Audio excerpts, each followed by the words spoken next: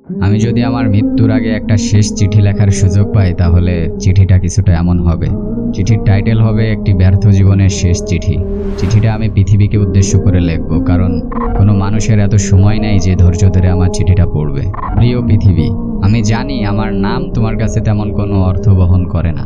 আমি সেই মানুষ যাকে দেখলেও কেউ মনে রাখেনি, যাকে ডেকেও কেউ খুঁজে নেয়নি।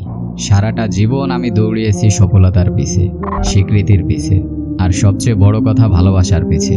কিন্তু দৌড়ের শেষে আমি শুধু শূন্যতাই পেয়েছি। আমি জন্মেছিলাম ভালোবাসার ক্ষুধা নিয়ে, কিন্তু সেই ক্ষুধা পূর্ণ করার মতো কেউ ছিল না। বাবা মায়ের স্নেহ, পরিবারের কাছে থাকার উষ্ণতা, আত্মীয় স্বজনের আদর, এগুলো যেন আমার জন্য ছিল না।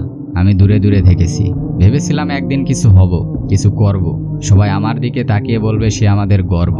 কিন্তু হায়, জীবনের প্রতিটি প্রচেষ্টা যেন বালির উপরে লেখা স্বপ্নের মতো মুছে গেছে। আমি চেষ্টা করেছি বারবার, একটার পর একটা স্বপ্ন ভেঙে পড়েছে আমার চোখের সামনে।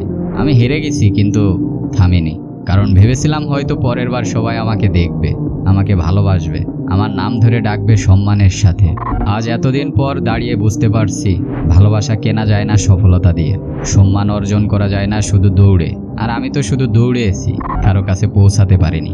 আমার জীবনটা যেন এক অচেনা রাস্তায় একা হেঁটে যাওয়ার মতো। পাশে কারো হাত ছিল না, কারো চোখ ছিল না, শুধু ছিল নীরব অন্ধকার।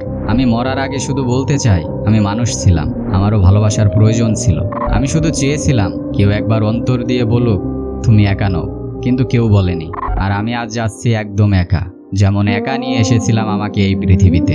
আমার শেষ অনুরোধ, যখন আমার নাম কেউ আর মনে রাখবে না, তখন এই চিঠি যেন মনে করিয়ে দেয় আমি বেঁচে ছিলাম, আমি চেয়েছিলাম কিন্তু কখনো পাইনি। বিদায় পৃথিবী, বিদায় ভালোবাসাহীন জীবন, এক অচেনা ব্যর্থ মানুষ।